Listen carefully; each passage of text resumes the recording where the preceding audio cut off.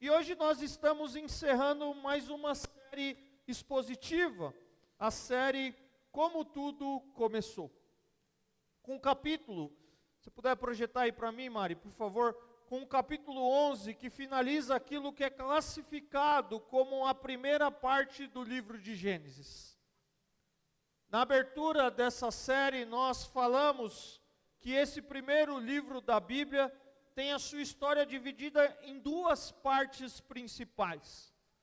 Na primeira parte, é o PowerPoint, o texto a gente vai ler depois. Na primeira parte, refere-se à origem do universo, à origem da vida, à origem do ser humano, e a entrada do pecado no mundo, as suas consequências e as primeiras informações da esperança do Evangelho. Obrigado, Mário.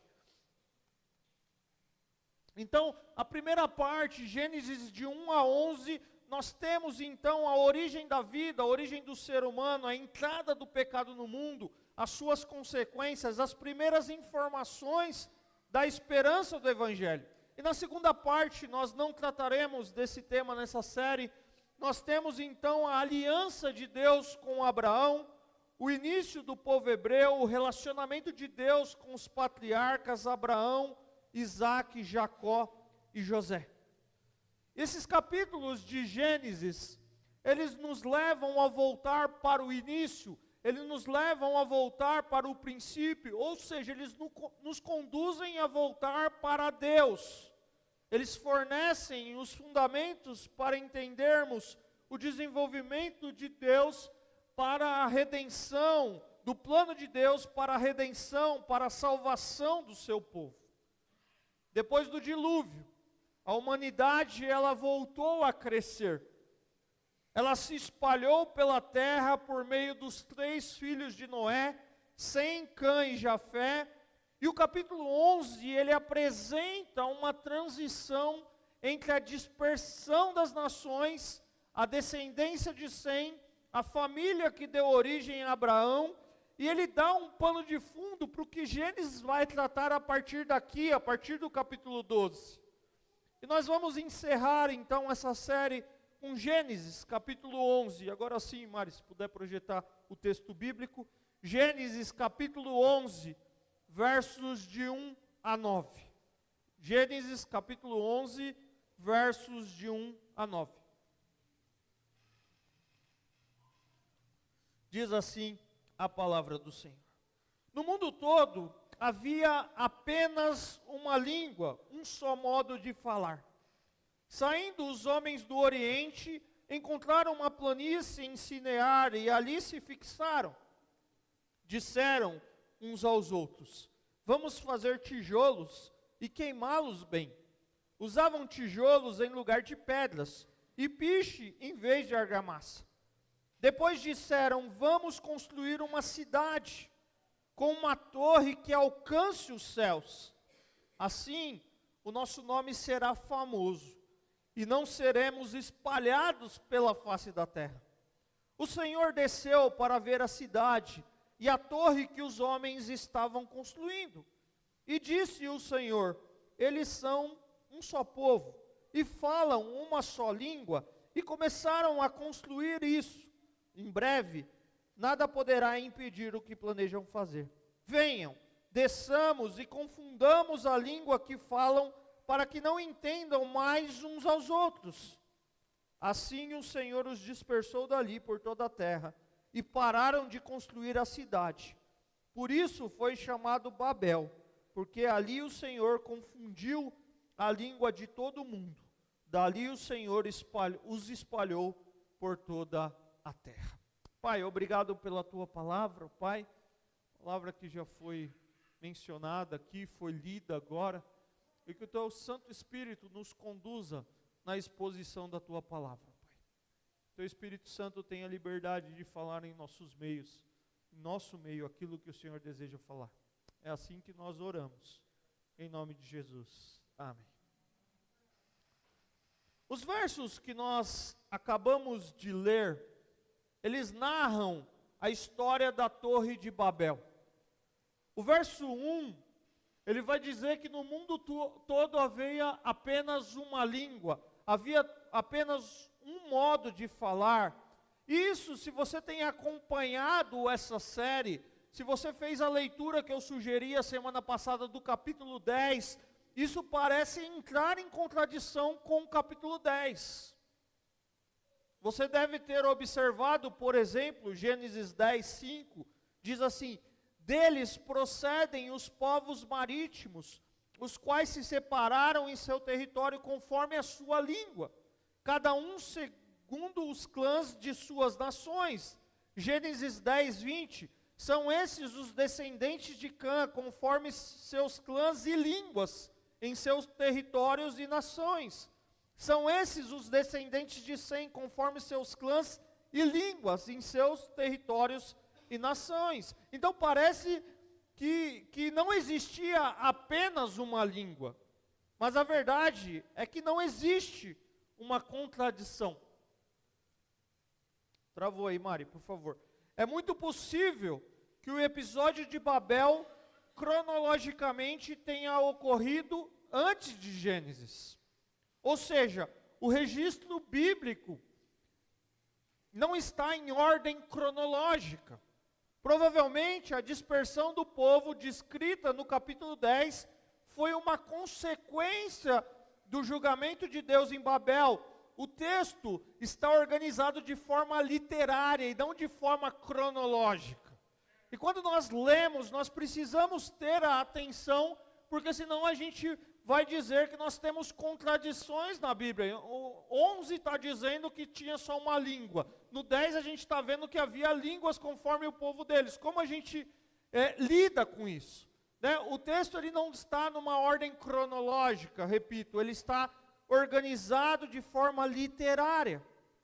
Alguns estudiosos classificam que esse episódio aconteceu durante o tempo de Peleg, citado em Gênesis 10, 25, diz assim: a Eber nasceram 2 filhos, um deles se chamou Peleg, porque em sua época a terra foi dividida, seu irmão chamou-se Joctã. Os estudiosos dizem que foi durante o período da vida desse camarada Peleg que houve essa confusão de línguas. O fato é que depois do dilúvio, com os descendentes de Noé que se agruparam por uma língua comum, eles logo começaram a migrar para novos territórios. E o texto diz que saindo os homens do Oriente, encontraram uma planície em Sinear, e ali se fixaram. Eles saíram da região do Monte do Ararat, onde a arca parou, Noé, os seus filhos e depois os seus descendentes, e eles se instalaram na planície de Sinear ou de Sinar, que na verdade é um vale muito fértil, um lugar propício, e ali eles ficaram, e ali eles resolveram habitar. Em vez de se separarem, como Deus havia dito, eles se instalaram naquele local e tomaram uma decisão fora da vontade de Deus. E não só isso, vejamos o que eles disseram. Nós lemos aqui, disseram uns aos outros: vamos fazer tijolos e queimá-los bem. Usavam tijolos em lugar de pedras e piche em vez de argamassa. Depois disseram: vamos construir uma cidade com uma torre que alcance os céus. Assim nosso nome será famoso e não seremos espalhados pela face da terra. Eles estão aqui, queridos, não apenas contrariando a vontade de Deus, de povoar, de se espalhar pela terra, como nós já vimos em mensagens anteriores, como agora eles tomam a decisão de construir uma cidade, de construir uma torre que alcance os céus. E o fato de falarem a mesma língua facilitava a comunicação e o desejo deles. O irmão Hélio acabou de cantar uma música aqui, se os irmãos perceberam, ele não cantou 100% em português, certo? Teve um outro idioma aí, no meio da música. Você não percebeu, você não está prestando atenção na música, né? Mas teve um outro idioma ali. E às vezes a gente brasileiro é muito esperto, queridos. Às vezes a gente acha que fala assim: nós falamos o portunhol, a gente se vira bem. Isso é uma mentira. Porque o portunhol, ele tem uma facilidade Eu me lembro que muitos anos atrás eu fiz curso de espanhol. Eu trabalhava num escritório de uma empresa espanhola e eu terminei o curso e eu achava que eu não tinha aprendido nada. Sabe aqueles cursos que você faz e você fala, não aprendi nada. E aí eu fui trabalhar numa empresa, depois dessa, ela ficava em Osasco, mas os meus chefes ficavam no México. E eu fazia reuniões periódicas com eles para reportar trabalhos, e eu via que os meus colegas, mesmo falando e alegando que falavam o portunhol, tinham dificuldade. E eu, como tinha feito um curso, eu tinha facilidade. Agora, não é fácil conversar com quem não fala a mesma língua com a gente, não é verdade? Dá aquela ansiedade. O espanhol, você ainda meio que se enrola lá, vamos lá, meio forçado, mas imagine o cara chegando aqui falando, sei lá, mandarim. Dá para entender? Chegar um judeu aqui falando a língua do povo dele, a gente não entende, mas a comunicação igual ela nos facilita. Por exemplo, aqui nós falamos a mesma língua, os irmãos me entendem. Agora, se eu viesse de uma região, como nós temos muitos irmãos aqui do Nordeste, de Minas, e começasse com aquelas gírias particular daquela região, nós teríamos dificuldade, certo? Por quê? Porque a gente precisa regionalizar, ou entender a regionalização. Falar, ô trem bom isso, né? Aí vocês já vão falar, o cara é o quê? Mineiro. Né? E aí a gente começa para cada um dos locais, mas ainda assim a gente se entende. Uma palavra ou outra a gente ajusta ali, porque é uma diferença, mas a gente entende. Né? Agora, nós temos aqui o Vladimir. Vladimir é de Guiné-Bissau, né, Vladimir? Dá para entender o português? Dá, né? Mas de vez em quando ele apanha um pouquinho em algumas palavras. Por quê? Porque tem coisas que é diferente. Esses dias conversando com ele, frutas lá em Guiné-Bissau, Vladimir. Não, é as mesmas que aqui, só que lá tem outro nome. E aí tem dificuldade. Se eu falar para ele, vamos tomar um suco de melancia. Talvez melancia lá não chama melancia. Mas aqui eles falavam a mesma língua, eles tinham algo em comum, eles tinham algo que facilitavam o plano deles. E eles não contrariam, então, a vontade de Deus, não só contrariam a vontade de Deus de povoar e se espalhar pela terra, como agora eles falam, vamos fazer uma torre, porque a gente fala todo mundo a mesma língua, vamos fazer uma cidade, vamos fazer uma torre, e vamos ficar por aqui. O texto não nos diz que eles consultaram a Deus, eles simplesmente tomam uma decisão, vamos fazer tijolos, vamos queimá-los, vamos construir uma cidade com uma torre que alcance os céus. E talvez, torre que alcance os céus, talvez seja uma força de expressão para dizer, vamos construir algo, uma torre o mais alto possível. Aquela região da Mesopotâmia, e entende-se aqui como Mesopotâmia, um local formado por diferentes regiões, por diferentes povos, que é o berço da civilização.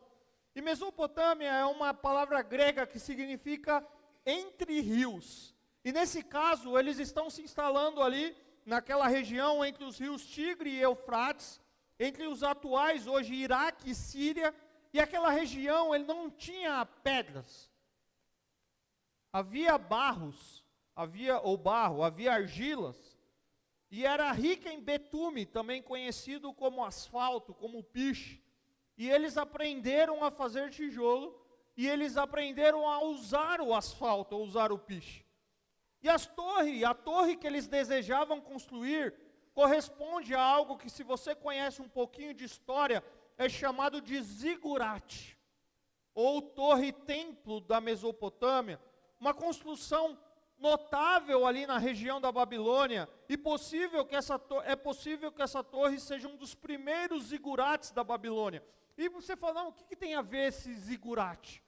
Olha que interessante, o zigurate era uma torre grande e alta, em forma de uma pirâmide, construída em níveis, e ela tinha vários andares.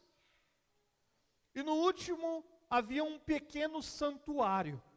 Havia uma escadaria extensa pelos lados do zigurate, para que os homens subissem para encontrar com Deus, e para que os deuses, eles entendiam assim, descessem para entrar no templo, e ao redor do zigurate eram feitas casas para o rei, para os sacerdotes e para o exército.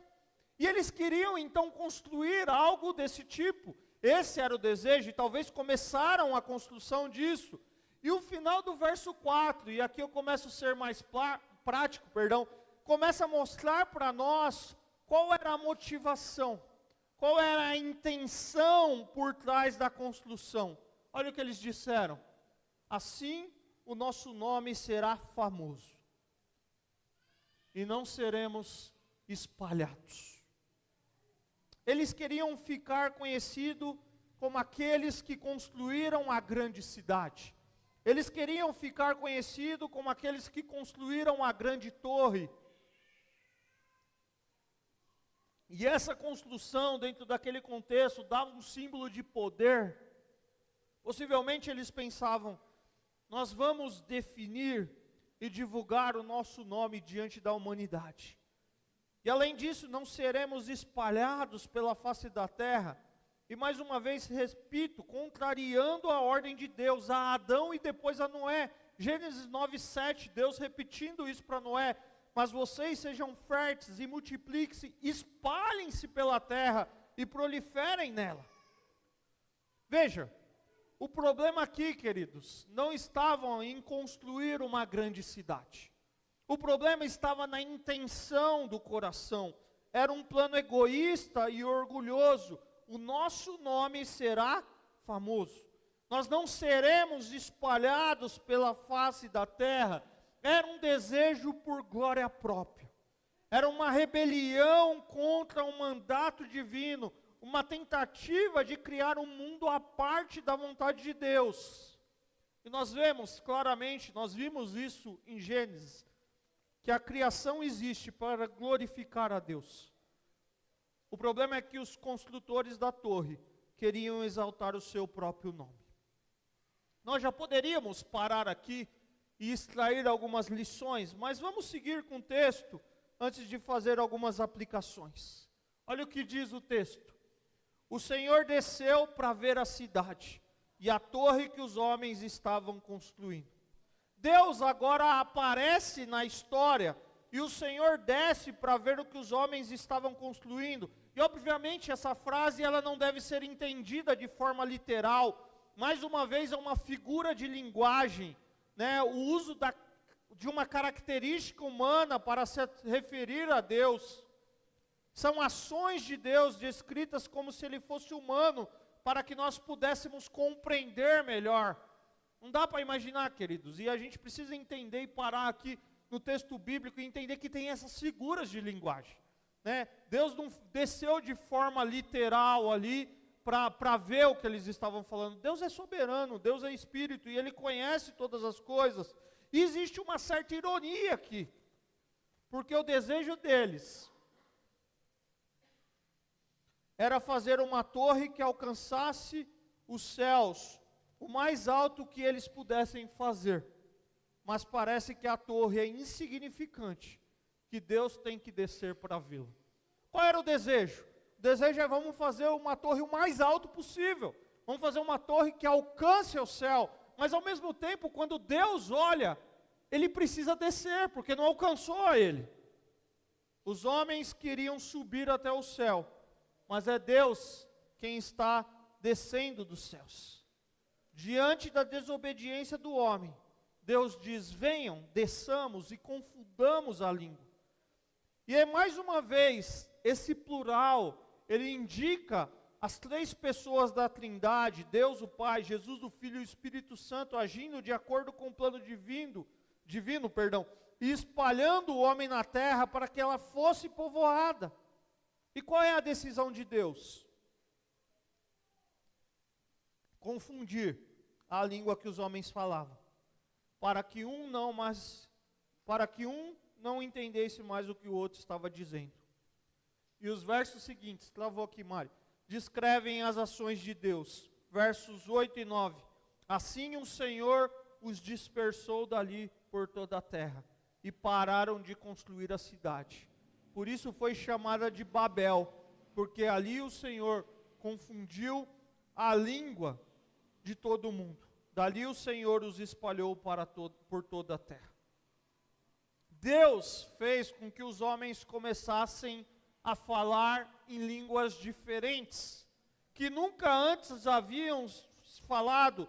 Deus cria as línguas que seriam a base de todas as outras que se desenvolveram ao longo dos anos a partir daquelas. Deus, ele coloca um limite à capacidade. Deus, ele estabelece um limite ao orgulho daqueles homens. Ele põe fim àquele empreendimento, fazendo com que eles falassem línguas diferentes, ocasionando a dispersão geográfica. Eles desistiram de construir a cidade, e cada um seguiu o seu caminho, como nós vimos no capítulo 10. Eles pararam de construir a cidade, e eles são dispersos, e aquela cidade foi chamada de Babel, que mais tarde vai se tornar a Grande Babilônia, que é o símbolo do poder mundial, humano, né, e inimigo de Deus. Deus, ele não abençoa esse projeto. Deus, ele condena a arrogância que os motivou, e Deus julga o povo, confundindo a sua linguagem, espalhando em todas as direções. Deus é soberano, e ao mesmo tempo em que exerce o seu juízo, ele também demonstra a sua misericórdia, como nós já vimos aqui, os dispersa, para que não ficassem em rebelião.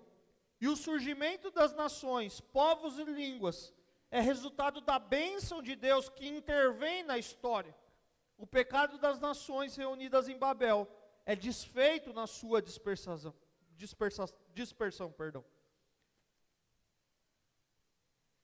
Pode tirar a projeção se não der aí, Mari, por favor. Eu não quis fazer aqui como de costume, eu faço ir expondo a história e extraindo lições. Eu quis finalizá-la, mas nós precisamos parar aqui e extrair algumas lições desse texto. E a primeira lição que eu gostaria de extrair aqui é que Babel demonstra o desejo do coração humano de construir o seu próprio reino à parte de Deus. Babel mostra para nós o desejo do coração do ser humano de construir o seu próprio reino à parte de Deus. Esse texto ele nos mostra claramente o espírito egoísta, arrogante, independente do homem depois da queda e mesmo depois do dilúvio. O coração do ser humano é um coração voltado para o mal, e isso continua evidente após o dilúvio. O coração do ser humano é um coração voltado para o mal, não é ficar bêbado e nu dentro da sua tenda. O seu filho Cã expõe a vergonha do pai, e agora existe uma desobediência a Deus, e um desejo de querer ser autônomo, de querer ser independente de Deus, de reduzirem o tamanho da sua vida, para terem um nome famoso. Uma idolatria, uma autoexaltação, de ficarem na segurança, de ficarem na estabilidade. Queridos, o coração do ser humano na queda é descrito claramente nas Escrituras, que é marcado por rebeliões, é marcado por desobediências, questionamentos a Deus. Gente que quer ser autônomo, gente que quer ser independente de Deus. E isso é uma realidade para nós, que muitas vezes nós queremos buscar uma identidade existencial, mas sem Deus. Muita gente que quer viver para si mesmo. Gente como eu e você, que deseja controlar a nossa história. Gente como eu e você, que muitas vezes desejamos controlar o nosso destino, independente de Deus. A nossa identidade nos foi dada lá na criação, e é para isso que nós temos que olhar. Façamos o homem à nossa imagem, conforme a nossa semelhança. Irmãos, nós fomos criados por Deus para muito mais do que preenchermos as nossas agendas com a busca por satisfação e prazer pessoal. Mais do que muito mais, fomos criados, muito mais do que para ter todas as nossas necessidades preenchidas. É lógico que nós nos preocupamos com a nossa saúde, ou deveríamos nos preocupar com o nosso trabalho, com a nossa família, com a nossa casa, com a nossa formação, uma vida com amigos, e seria uma irresponsabilidade da nossa parte não dar importância para essas coisas. Mas o problema, queridos, é que tem muita gente que vive só para essas coisas. Vive só para o seu reino e reduz a sua vida, e reduz a sua existência, e esquece que foi criado para a glória de Deus. Nós deveríamos ser mais apegados e moldados pelo nosso Criador do que pela criação. Gente que tem desejos egoístas, e muitas vezes quando você faz a pergunta, o que Deus pensa sobre isso? Você percebe que o coração da pessoa tem glória própria. Não tem Deus na história. E a gente não tem problema nenhum, queridos, em você desejar e sonhar morar fora do país, desejar ter uma profissão, desejar ter um cargo bem sucedido, ser bem remunerado. Isso pode ser bênção, mas o que Deus pensa sobre isso? É isso que Deus deseja para a sua vida? Você muda de um país, você muda de profissão, você muda de alguma coisa por um desejo egoísta, ou porque você sente e percebe nas Escrituras que Deus está te direcionando para isso? Em Jesus, Deus nos salva de nós mesmos, e somos restaurados para a glória de Deus, que deve ser o centro de tudo o que fazemos. Tem gente também crente, que talvez não esteja em rebeldia contra Deus, mas está sendo motivado, guiado e dirigido por muitas coisas, tarefas, projetos, sonhos de vida, que, repito, não tem nada errado em ter essas coisas, que fazem parte da vida, mas o problema é quando o tempo e a energia são todos investidos nessas coisas, que não existe mais tempo para o Senhor, para a sua vida, para o seu devocional, para o seu culto comunitário com a igreja, para o serviço. Eu fico admirado quando eu escuto pessoas dizendo assim, não, estou trabalhando demais e eu não tenho tempo para ir para a igreja. Obviamente eu entendo que tem pessoas que trabalham de forma que o domingo está comprometido, mas qual é o dia que você separa para estar reunido como igreja? Eu entendo que existem fases da vida que a gente pode estar usando uma expressão popular, dando um gás a mais, mas qual é o momento que você vai parar desse gás a mais para ter tempo de se reunir como igreja? Porque o tempo passa, meus irmãos. E já dizia o ditado, que o tempo passa, o tempo voa, e a poupança Bamerindo já nem existe mais, porque o Banco Bamerindo já foi engolido. O tempo passa. E qual é o tempo que você separa na sua vida, ou você reserva para buscar a presença de Deus individual, e o individual nos leva ao comunitário, e a nossa expressão de adoração nos leva ao serviço ao Senhor? Qual é o tempo que você separa para isso? Por outro lado, nós temos aqueles que, centrado em si mesmo, também não separam um tempo para sentar no banco e ouvir a palavra de Deus. Gente que está muito ocupada, até mesmo dentro da igreja. Eu fico indignado com líderes que não sentam no banco, domingo após domingo, para ouvir a palavra de Deus. Isso me gera indignação. Porque se você consegue organizar a sua vida para cumprir uma escala, seja você um líder ou um voluntário, deixe de servir 2 vezes por mês e sirva uma e a outra senta no banco para ouvir a palavra de Deus, para ser igreja.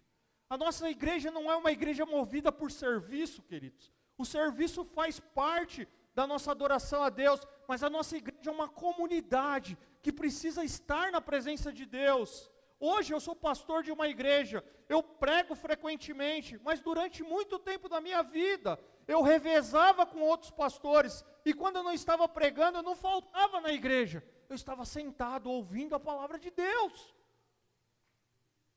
Por meio de outros canais, durante um tempo eu fui pregar em outros lugares, ajudava outras igrejas, estava mais ausente da minha comunidade, mas quando eu não estava pregando, eu estava lá sentado ouvindo a palavra de Deus. Eu já liderei a área de ensino na igreja, e quando eu não estava dando aula, quando eu não estava coordenando, eu estava sentado ouvindo professores. Me gera indignação, e aqui uma indignação santa, no sentido de colocar isso diante de Deus, quando nós estamos centrados em nós mesmos, e nós não olhamos mais para Deus. Repito, se você pode vir 2 semanas por mês para a igreja, você deixa de servir em algum trabalho voluntário e senta no banco para ser igreja. Isso nos molda, queridos. Nós somos igreja servindo, mas nós somos igreja aqui, ó. Isso nos molda. O ativismo, essa vida ativa, ela nos afasta também de Deus, porque é nós colocando o nosso desejo, o nosso dom, aquilo que nós gostamos de fazer como centro da nossa vida, e isso não agrada a Deus.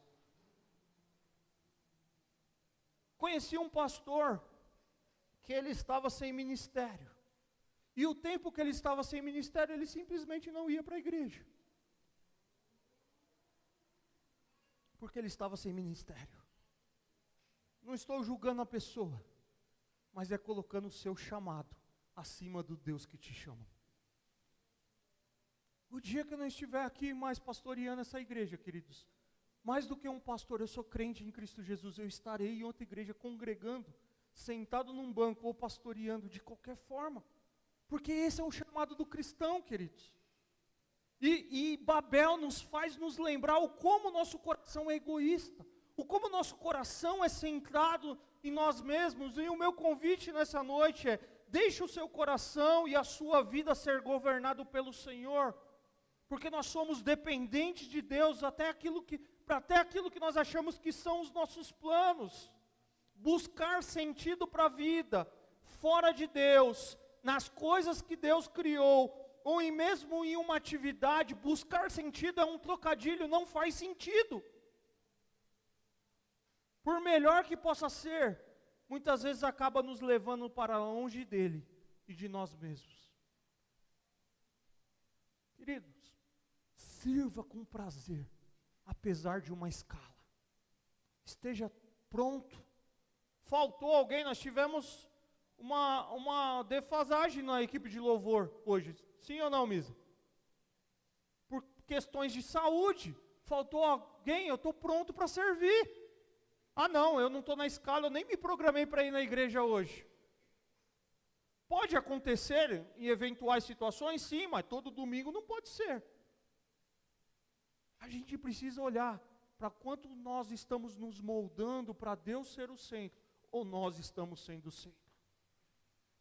Eu prefiro, queridos, e aqui eu falo com muita sinceridade de coração, se você é um líder ou um voluntário que não tem prazer em servir, em sentar aqui e ouvir, eu prefiro que você deixe a liderança do ministério que você está exercendo, para ter esse prazer de viver a igreja.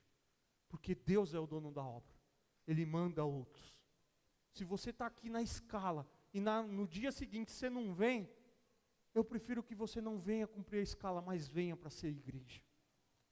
Escala, eu sempre tive trauma com escala, porque ao mesmo tempo que ela é uma bênção, ela é uma maldição.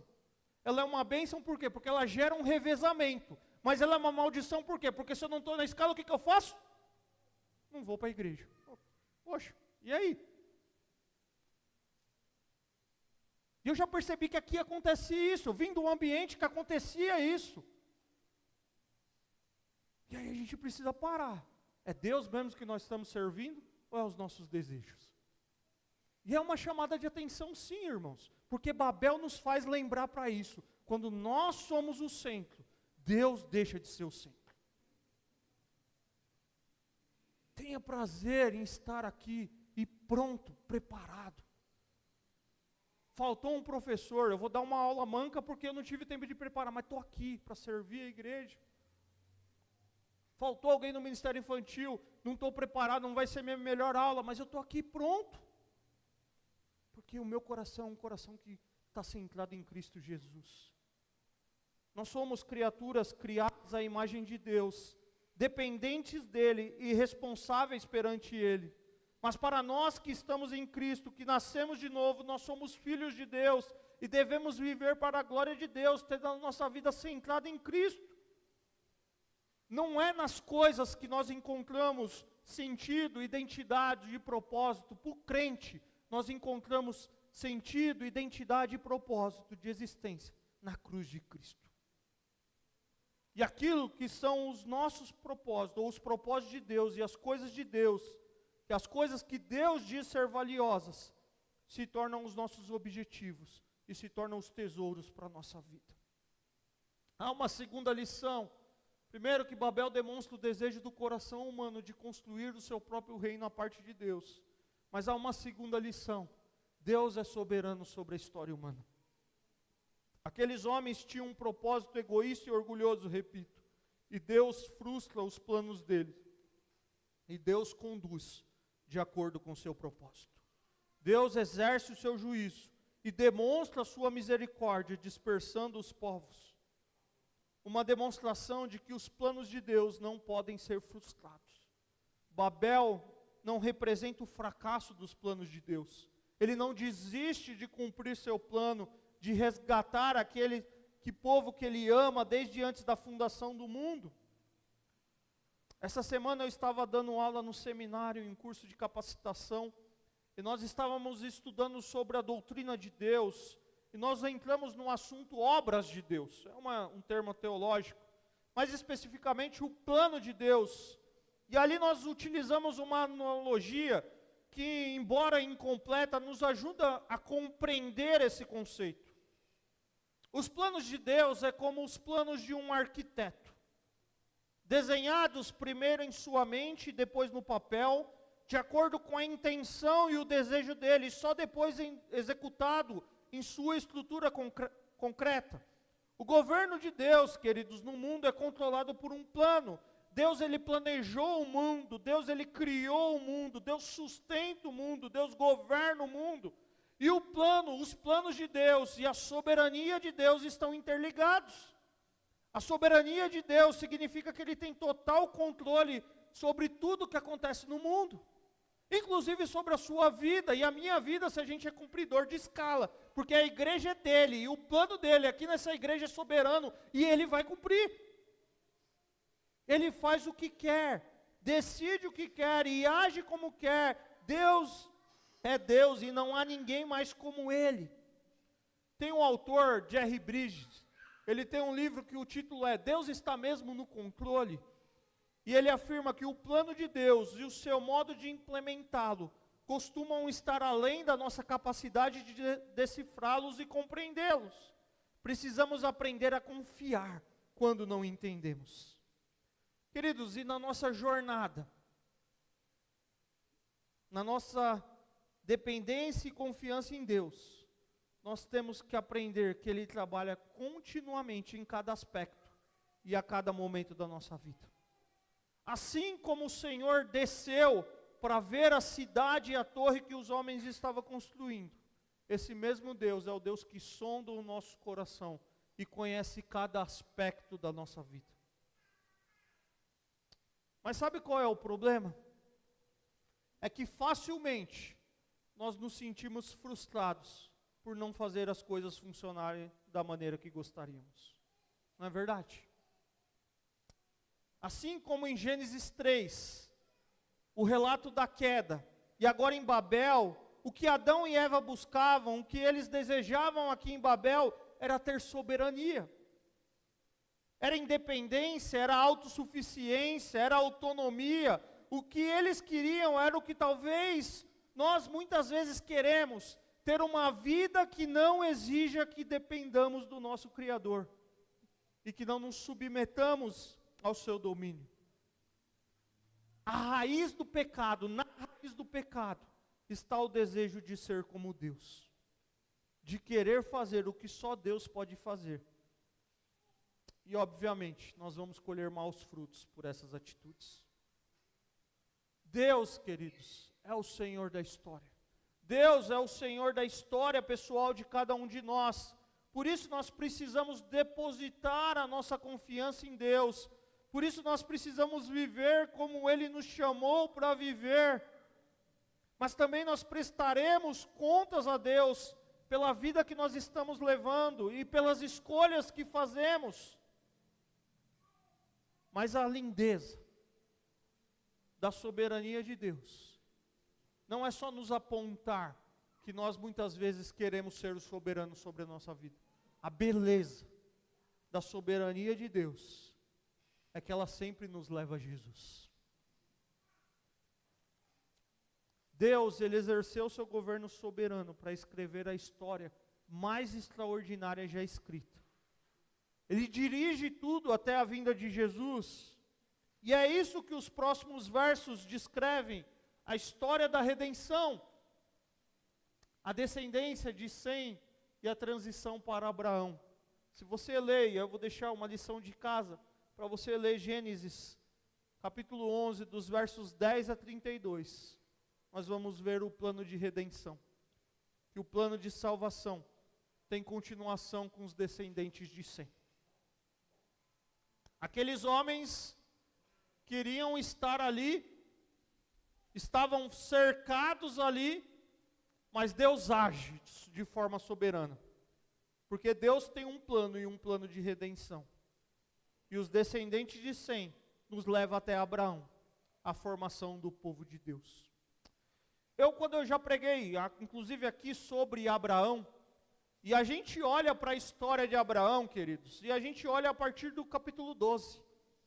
Mas a história de Abraão tem um começo, que começa aqui no 11, como Deus começa a mexer com a sua família. Deus sim, no 12 Ele vai chamar Abraão, fará com ele uma aliança.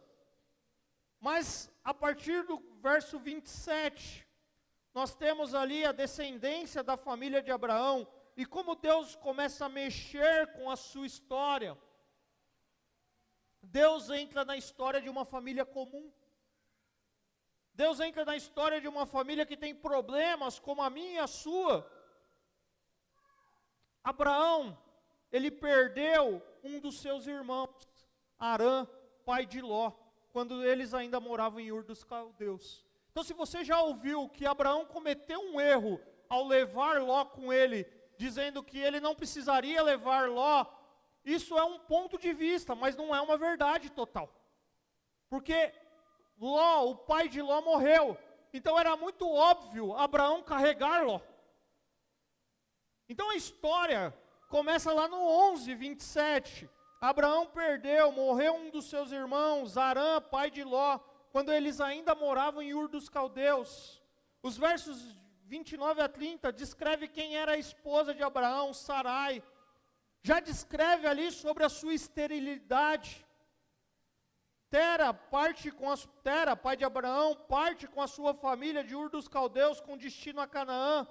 Ele se estabelece ali em Harã, no meio do caminho. E Deus, Ele entra na história de Abraão em um contexto de caos, em um momento difícil. Sara é estéril. E há um luto na família dele. Tera, pai de Abraão, perdeu o filho, invertendo a lógica da vida. Do filho enterrar o pai. Abraão vivia em um contexto pagão. Abraão vivia num contexto distante, alheio às coisas de Deus. E Deus então se manifesta, aparece para Abraão e o chama para uma tarefa importantíssima. Ser o líder de uma nova geração, um povo que traria glória ao nome de Deus. E pela fé, Abraão deveria partir para uma nova terra, para uma nova jornada, porque Deus tem um plano, queridos. Que nós vimos lá em Gênesis 3,15, que alguém da descendência da mulher vai vir para esmagar a cabeça da serpente. E Deus, Ele está escrevendo a história. E eu quero caminhar para a conclusão dessa mensagem e dessa série, te lembrando aquilo que nós vimos ao longo dessa série. de forma resumida aqui. A percepção de Deus como Criador é uma questão fundamental para a nossa fé. A finalidade da criação é glorificar a Deus. Ele criou e colocou o ser humano habitando na terra para a sua própria glória. Deus, Ele quer ter comunhão conosco. Mas nós vimos que o pecado entrou na humanidade. A queda deformou a imagem de Deus no homem. O pecado é uma transgressão real contra Deus. Nós somos corrompidos. Há uma expulsão da presença de Deus. E a expulsão da presença de Deus não é o único efeito da queda. Nós somos corrompidos. A nossa natureza é corrompida. Sabe por que nós fazemos muitas vezes o mal? Porque nós temos uma natureza pecaminosa. Sabe por que a criancinha de 3 anos põe o pé na frente do outro para a criança cair? Não é porque só o pai não educou direito. Porque às vezes o pai educou, mas é porque nós temos uma natureza corrompida. Nós esquecemos disso. O homem, ele está espiritualmente morto. O homem, ele precisa da graça divina, da redenção por meio de Jesus Cristo. Há uma separação entre Deus e o homem, e essa separação requer reconciliação. E Cristo é o único caminho de volta à comunhão com Deus. A humanidade se afastou de Deus, mas Ele proveu um caminho de reconciliação por meio de Cristo. Quando os portões do Éden se fecham para Adão e Eva, eles não deixam de ser o que Deus criou. O efeito da queda em todos nós não significa que deixamos de ser humanos. Nós permanecemos à imagem de Deus, mas a nossa rebelião afetou profundamente como somos humanos. A queda provocou um efeito devastador sobre essa imagem. A imagem de Deus, ela não é totalmente aniquilada pela queda, mas é terrivelmente afetada, deformada, e nós vimos o efeito do pecado. Lembra da história de Caim e Abel? Eita, agora já foi. Lembra da história de Caim e Abel? Lembra dos descendentes de Caim? Lembra do nascimento de Sete? E Deus, na descendência de Adão, Ele deixa evidente para nós 2 linhagens, 2 histórias. Uma que tinha relacionamento, prazer em Deus, uma que adorava a Deus, uma que invocava e andava com Deus, e aquela que não tinha prazer em se relacionar, em obedecer a Deus. Em algum momento da história, essas 2 linhagens, essas 2 histórias, vão começar a se misturar, vão começar a casar entre si, e Deus olha para o comportamento, a corrupção do ser humano, gente que tinha os desejos corrompidos, gente que estava sempre pensando em fazer coisas erradas, gente que vivia para a busca do prazer, gente desobediente, invejosos, assassinos, gente imoral, polígamos, violentos. Enfim, gente que não pensava em fazer outra coisa a não ser o mal. E a situação chega ao limite. E Deus diz, não dá mais. E no meio do caos, mais uma vez, nós vemos a manifestação da graça divina. Uma linhagem onde nasceu Enos, aquele que naquela época começou a invocar o nome do Senhor. Uma linhagem onde nasceu Enoque, que andou com Deus e não foi encontrado, pois foi arrebatado. As gerações, as linhagens se misturam. O pecado está transpondo fronteiras espirituais, mas tem um homem, Noé, que encontra o favor de Deus. E Deus manda Noé construir uma arca. Deus diz que Noé era um homem justo, íntegro entre o povo da época, que Noé era um homem que andava com Deus, e ele faz exatamente tudo como Deus ordenou, e Deus enviou o dilúvio. E Noé, nós vimos que quando ele deixa a arca, o primeiro ato que ele tem é adorar a Deus. Isso mais uma vez demonstra como Noé era um homem de fé e temente a Deus. Noé, ele não sai da arca procurando uma forma de manter o sustento da sua família, buscando meios de sobrevivência, de como plantar uma vinha, de como construir uma casa. Embora tudo isso seja válido e importante, a primeira coisa que ele faz é juntar a sua família e oferecer um altar ao Senhor. E Deus, ele renova a aliança com Noé. Deus, ele inclui os futuros descendentes e todos os seres vivos. Deus declarou as bênçãos e a responsabilidade de Noé e seus filhos. E agora Deus assume um compromisso para o recomeço da jornada do seu povo. E nunca mais destruir os seres vivos com as águas do dilúvio. Que nunca mais haveria um dilúvio para destruir a terra. Mas o coração do homem é mau. E Noé, um agricultor, ele passou a cultivar a terra. Ele planta uma vinha. Ele faz o cultivo de uvas. Ele faz o vinho, mas ele vai provar o vinho. E ele não toma só um cálice. Ele toma demais. Ele fica bêbado. Noé bebeu demais o vinho, ficou bêbado, tirou a roupa, ficou nu dentro da sua tenda. A nudez e a embriaguez de Noé foram atos vergonhosos. E nós vimos na mensagem da semana passada sobre o problema da embriaguez. Se você não viu, eu quero convidar você a voltar lá no YouTube e assistir essa mensagem. A tomar cuidado para não cair, como lidar com as falhas dos nossos irmãos. Mas Noé, mesmo sendo imperfeito, ele é usado por Deus para cumprir o seu plano de redenção. Porque nós vemos ali também o Deus que se interessa por todos os povos e que tem interesse na minha e na sua vida. E hoje nós falamos sobre a história de Babel. E a história de Babel demonstra o desejo do coração humano de construir o seu próprio reino a partir de Deus. Mas também descreve para nós que Deus é soberano sobre a história. O plano de salvação tem continuação com os descendentes de Sem, que nos leva até Abraão, a formação do povo de Deus. Mari, passa para mim 2 slides aí, por favor, que eu perdi o passador aqui, eu derrubei. Mesmo diante do pecado e das suas consequências, a rebelião da humanidade que vimos nesses capítulos, Deus seguiu o seu plano de redenção, de trazer um descendente da mulher, que esmagaria a cabeça da serpente. Nem toda a humanidade é pecadora, mas nem toda a humanidade se perdeu. Nem todos estavam com o coração endurecido, apesar do pecado. E Deus, ele escreveu a história. Deus, ele dirigiu cada situação. Deus, ele dirigiu cada local, cada pessoa, cada família que foram usadas por Deus, para que a história humana caminhasse em direção à vinda de Jesus. Deus trouxe Jesus ao mundo. Deus, ele não deixa de ser Deus. Ele assume uma natureza humana. Ele vem habitar entre nós. E ele é o nosso Salvador e Senhor da história. Pode pôr o último slide, por favor, Mário. Mais um. Cristo é o caminho de reconciliação. Cristo é o único caminho de volta a Deus. Renda-se ao senhorio de Cristo.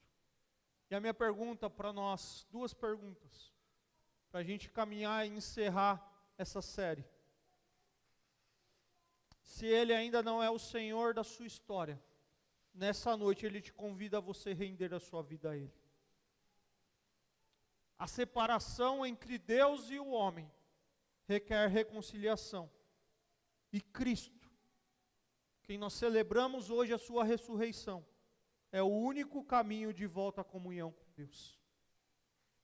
A humanidade se afastou de Deus, mas Ele proveu um caminho de reconciliação por meio de Cristo. E talvez você chegou aqui nessa noite, e a sua história é a história de alguém que não anda com Deus.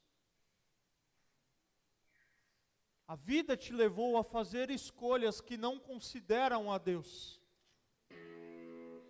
E Deus te trouxe aqui nessa noite para te lembrar que Ele é o Senhor da história. E que você precisa render sua vida a Ele. E só há uma forma de ter a história transformada, de voltar ao plano que Ele tem desde o princípio, é por meio de Jesus. Ele é o caminho, Ele é a verdade, Ele é a vida. Deus te trouxe aqui talvez nessa noite para dizer, você não é o Senhor da sua história. Eu sou o Senhor. E o caminho que você tem percorrido até hoje não é o caminho que eu desejo para a sua vida. e eu te chamo de volta para os meus braços. Gênesis de 1 a 11, repito, nos leva a olhar para Deus. O convite dessa série é olhar para Deus, e olhando para Deus, olhando o plano dele, um plano que transforma vidas. E se Ele já é o Senhor da sua vida, esse é o meu segundo desafio. Ele deseja te lembrar que você precisa viver para a glória dEle. Nós não somos o nosso Senhor. Ele é o nosso Senhor. E por isso, ao longo da jornada, às vezes nós teremos que tomar decisões que aos nossos olhos são difíceis. Mas porque Ele está nos direcionando para isso. Porque Ele é o Senhor. Quando Ele é o Senhor, nós damos passos, muitas vezes só enxergando um passo, mas confiando que Ele conduz a nossa história.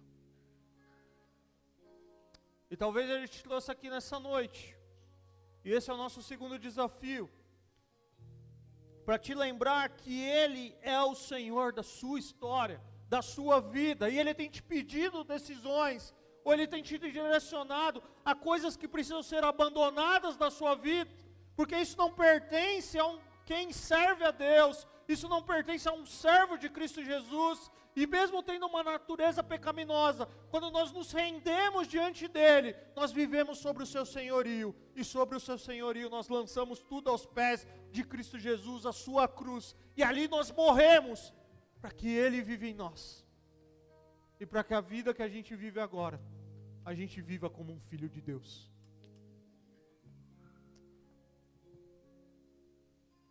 Em Jesus, Ele garantiu o seu destino eterno.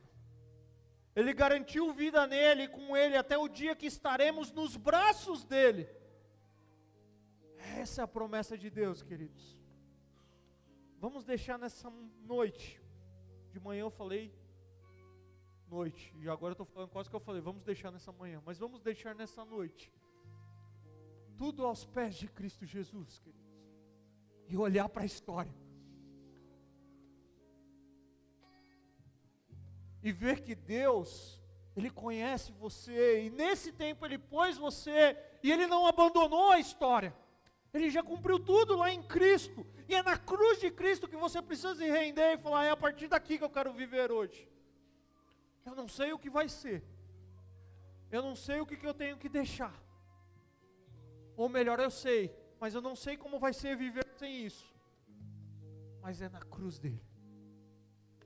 E às vezes a gente confunde e acha que deixar tudo é deixar aquilo que está nos fazendo mal. Isso não é psicologia. Abandonar pessoas que te fazem mal, sai daquele ciclo, não é isso.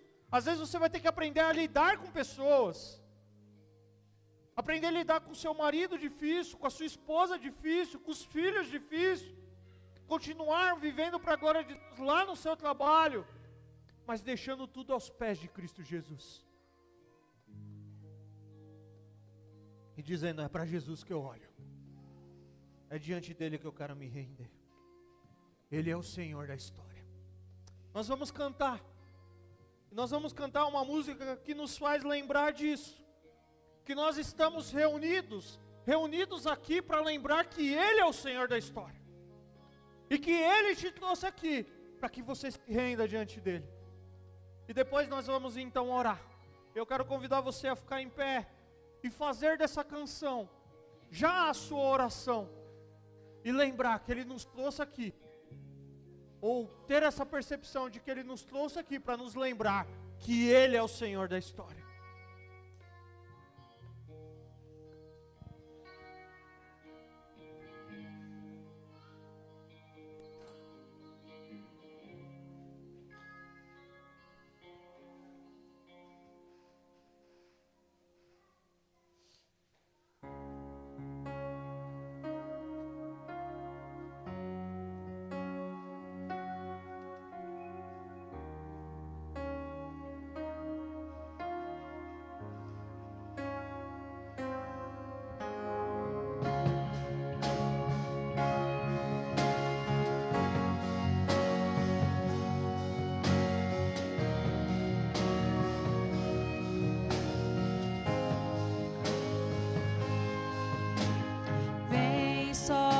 sopra sobre nós teu sopro, reunidos nesse ajuntamento. Honra e santifica esse momento com a tua igreja que é teu povo. Faz teu rio de paz correr no meio destes que por fé vem bendizer-te. E a uma voz oferecer-te seus louvores, súplicas e anseios. Tu és o Senhor de toda glória, hoje e sempre como foste outrora. No decorrer da história, relevando seu amor, Deus bendito, Rei Salvador. Deus bendito, Rei Salvador.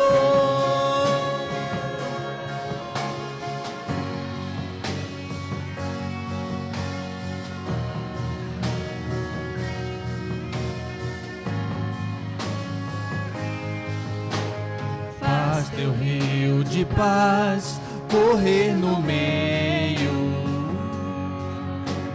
destes que por fé vem bendizer-te. E por uma voz oferecer-te seus louvores, súplicas e anseios. Tu és o Senhor de toda glória, hoje e sempre como foste outrora. No correr da história, elevando seu amor, Deus bendito, Rei Salvador. Tu és o Senhor, tu és o Senhor de toda glória, hoje e sempre como foste outrora. No correr da história, elevando seu amor, Deus bendito, Rei Salvador. Deus bendito, Rei Salvador.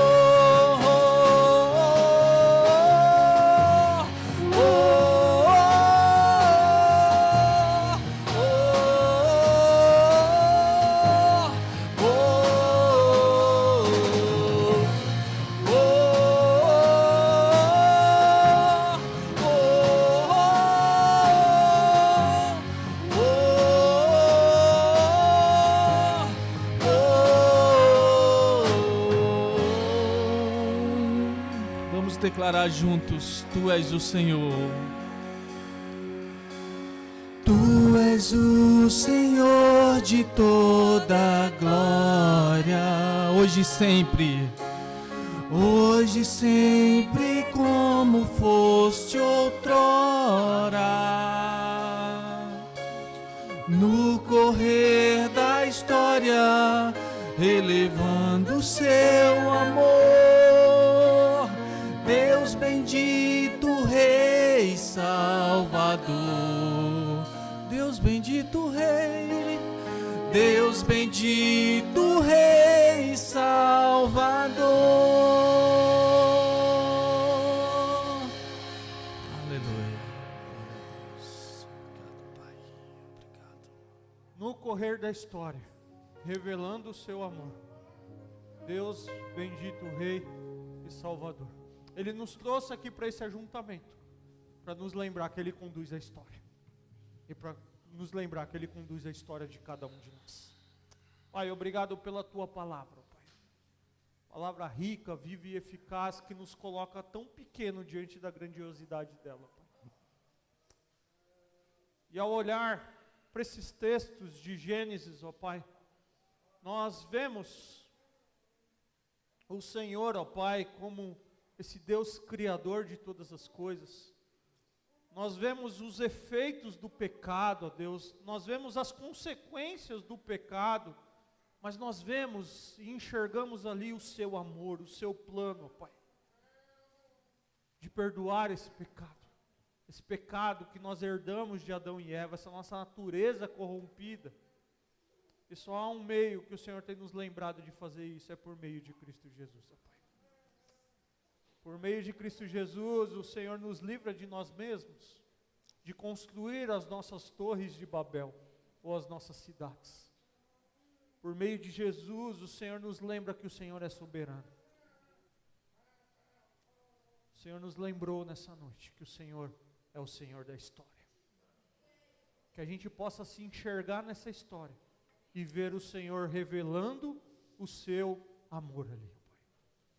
Como um Deus, esse Deus grandioso, esse Deus bendito, Rei e Salvador, esse Deus que perdoa pecado, esse Deus que transforma a vida, esse Deus que em Cristo Jesus quer ser o centro dos nossos corações. Obrigado pela Tua palavra. E saiamos daqui com esse desejo de viver para a Sua glória e para o Seu louvor. Que o amor de Deus, o nosso Pai, que a graça salvadora e restauradora de Cristo Jesus, e que a doce presença do Espírito Santo de Deus, seja com todo o povo de Deus, com a Sua igreja aqui, hoje e para todo sempre. Amém.